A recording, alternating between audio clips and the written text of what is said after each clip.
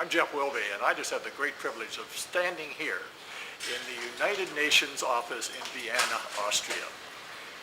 Me and my colleagues have just completed 3 whole days, over 300 delegates from across the world, different languages, different approaches to addictions, but all having a commitment and passion to solving this tremendous problem in the world.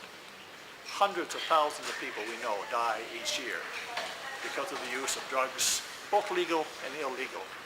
And also for policies. Those of us in North America have the honor and privilege of living in a society that allows for dissension. That is not true in all of our countries.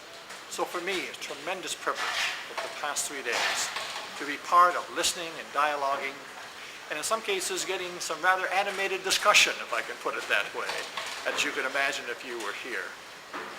My particular interest is in workforce development, in training, certifications, meeting a goal that I think we should all strive for, and that is that our clients in the addictions should have the same standards as any other condition, any other health condition, and that includes the competencies of the staff.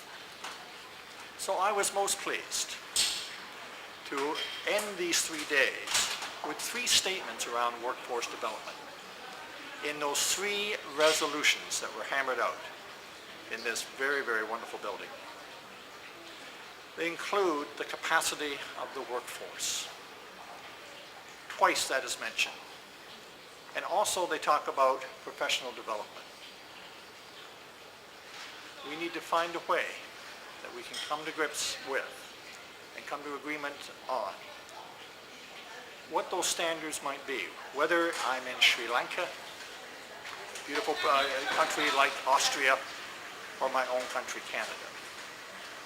So a miracle in some ways happening today, that in spite of all those passions, we were able to come to some consensus around language that's going to go forward to the United Nations Office on Drugs and Crime. And we've also heard from those dignitaries at the end of this conference that they will give due diligence, due consideration, and take our recommendations seriously.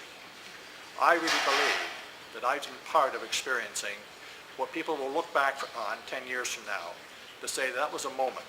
It was a moment of history where in fact we moved the addiction profession along. And most importantly, because of this conference, hundreds of thousands of lives should be changed. If you're watching this and you're in the addiction profession, be proud. You do noble work, and I just applaud you.